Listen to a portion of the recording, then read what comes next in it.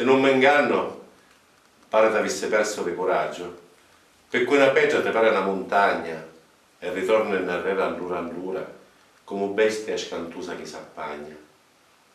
Per passare te presto sta paura, te dico in due parole non so contise, quando le tia mi venne sta premura.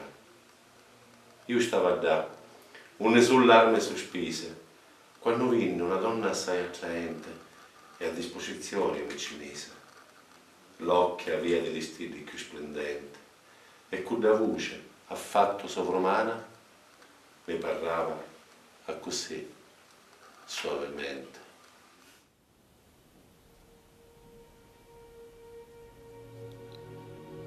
O arma curtissima antuvana, di cui la fame eternamente dura, e vola, più lo mondo assai lontana. L'amico mio è no dell'avventura, dalla deserta via è tanto impacciato, che già torna a narrare per paura. Forse a stura è d'un tutto sciaviato, e inutile sarà la tua presenza. Però tu vacci, e con la tua eloquenza coraggia, e vire se lo può salvare, prendoci ogni aiuto ed assistenza. Beatrice sogno, e tu per mia l'affare. Non ne vegno, tornare c'è desio. Amore, è chiedo che mi fa parlare.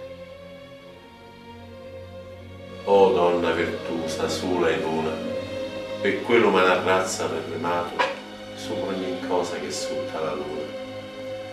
Lo tuo comando mette a così grato che non mi pare l'ora di obbedire, e già lo tuo pensiero è indomenato.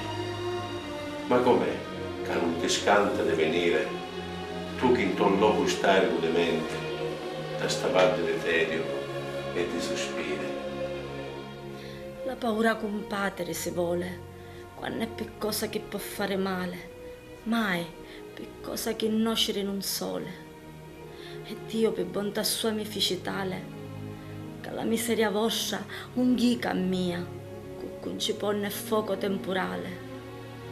In cielo una donna assai gentile e pia, mossa pietà di chi s'accute manno.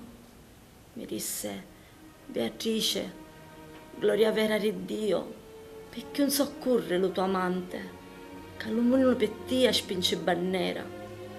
Non ti commuove tu di le sue chiante, non vire che contrasta con la morte da un ciume dello mare più un costante.